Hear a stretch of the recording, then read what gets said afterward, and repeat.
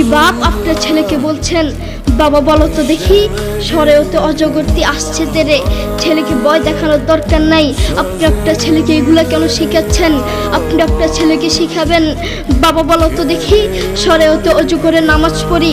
একদিকে ইসলাম শিখবে, আরেকদিকে বাক্য শিখবে।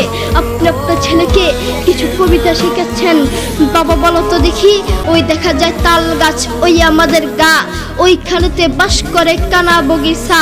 ও বগিটি খাস কি, পান্তা ভাত চাষ কি?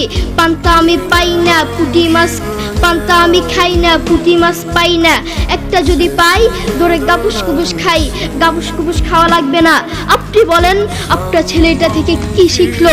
আপনি আপনার ছেলেকে এগুলা কেন শিখাচ্ছেন? আপনি আপনার ছেলেকে বলবেন, বাবা বলো তো দেখি ওই দেখা যায় কবর, ওই আমাদের ঘর, ওইখানেতে থাকতে হবে অনেকটা বছর। ও কবর তুই চাস কি? নেককার লোক পাস কি? নেককার লোক পাই না। একটা যদি পাই ধরে জান্নাতে ঢুকে, ঠিক কিনা?